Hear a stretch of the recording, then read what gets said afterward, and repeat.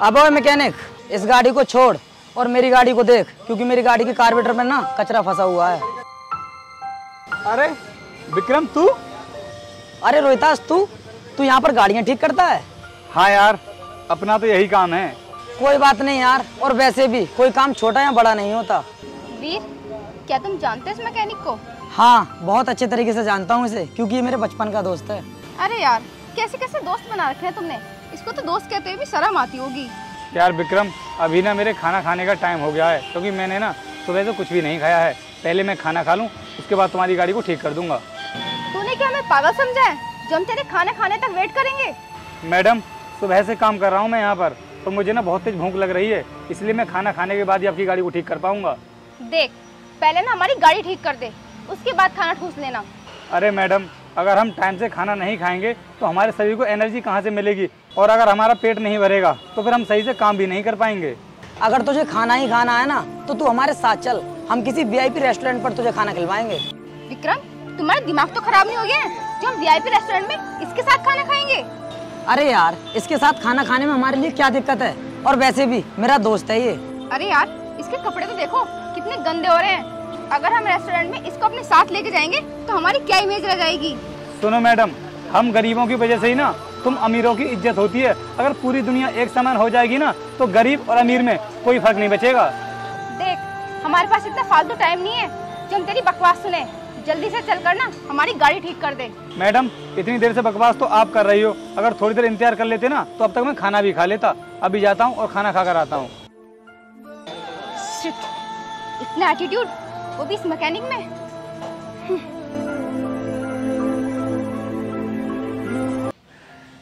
यार पीयूष, मैं ना कोई बिजनेस करने के बारे में सोच रहा हूँ।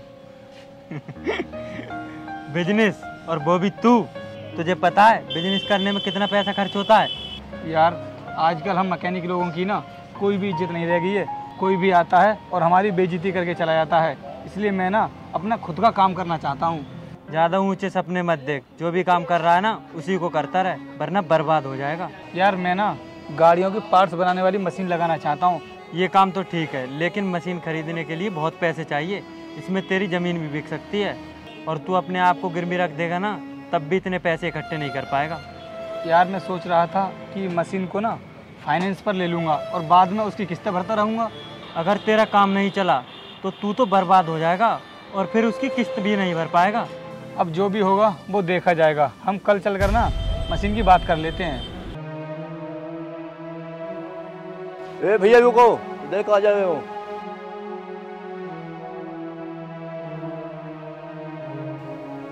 वो भैया, हमको ना इस कंपनी के मालिक से मिलना है। ठीक है भैया, अभी मैडम को बुला रहा हूँ। ठीक है भैया, आप बुला कर ले आओ, हम यहीं पर इंतजार कर लेते हैं।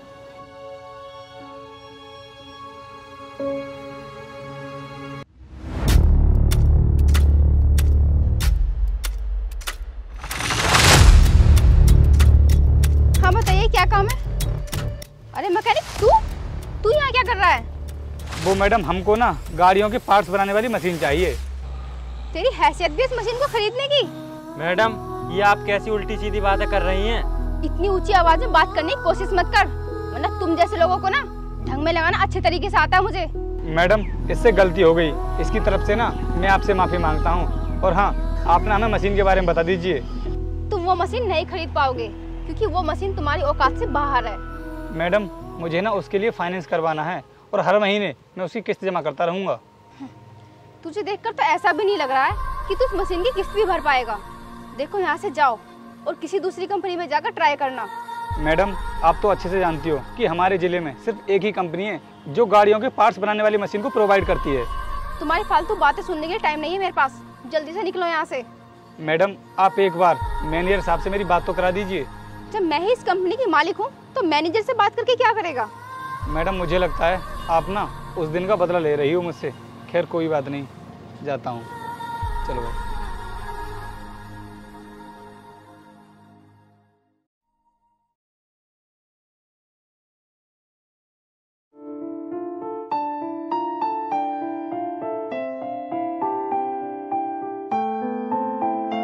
छोटे, मैंने तेरा काम इतनी सिफारिशों के बाद लगवाया था, लेकिन तूने वो भी छोड़ दिया। भैया, मुझे वो काम करना नहीं था, इसलिए मैंने छोड़ दिया। मुझे ना कुछ बड़ा करना है। देख, छोटे लोग बड़े सपने नहीं देखते हैं। और आखिर गैराज में काम करने में तुझे दिक्कत ही क्या है?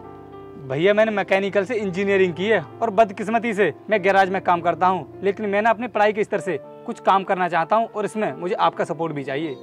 देख, इस मामले में मैं तेरी कोई हेल्प नहीं कर सकता। तूने मुझे बर्बाद करके रख दिया है। और हाँ, तू यहाँ से कहीं दूर चला जा, वहीं जाकर करना तुझे जो भी करना है। भैया मैं जो काम करने के लिए जा रहा हूँ ना, उसमें मुझे पैसों की बहुत ज़रूरत है और आप मुझे घर छोड़ने के लिए बोल रहे हो। अगर तू यहाँ रहा ना तो मेरी बर्बादी पक्की है, इसलिए निकल जा यहाँ से। ठीक है, मैं अभी चला जाता हूँ, लेकिन देखना मैं कामयाब होकर दिखाऊंगा आपके लिए। चल भाई निकलते हैं।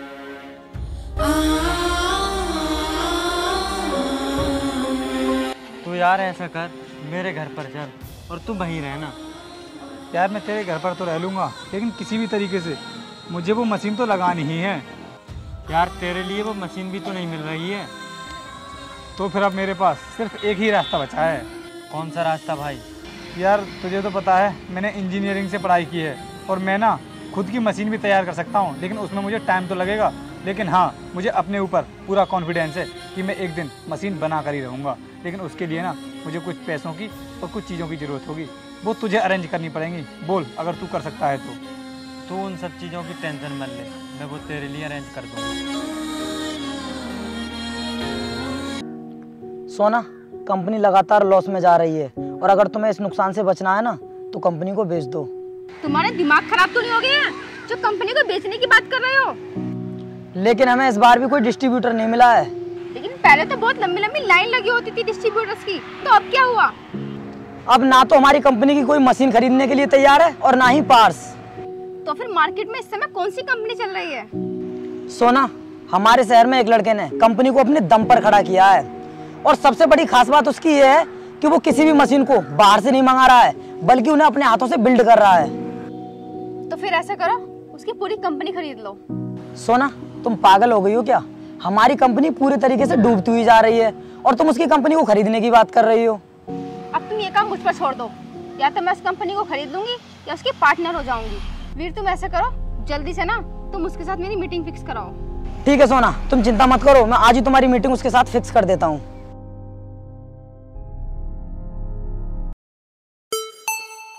अरे यार, इतना टाइम हो गया मैं वेट करते करते, लेकिन अभी तक तो वो आए नहीं है। थोड़ी देर और वेट कर लेते हैं, शायद वो आते ही होंगे।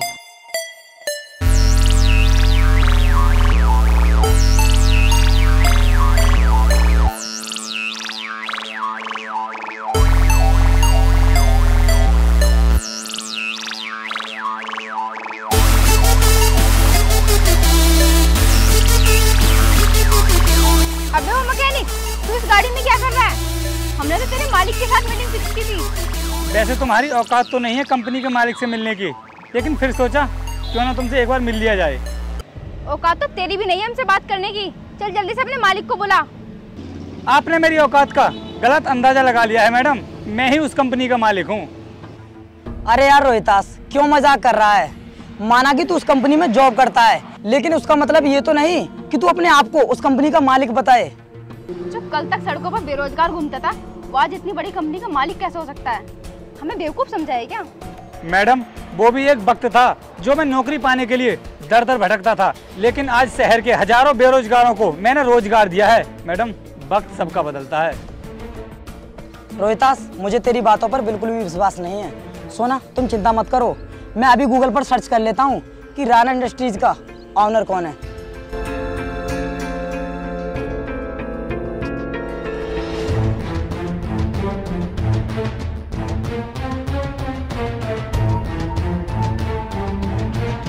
क्या हुआ विक्रम, इतना शांत क्यों हो गए?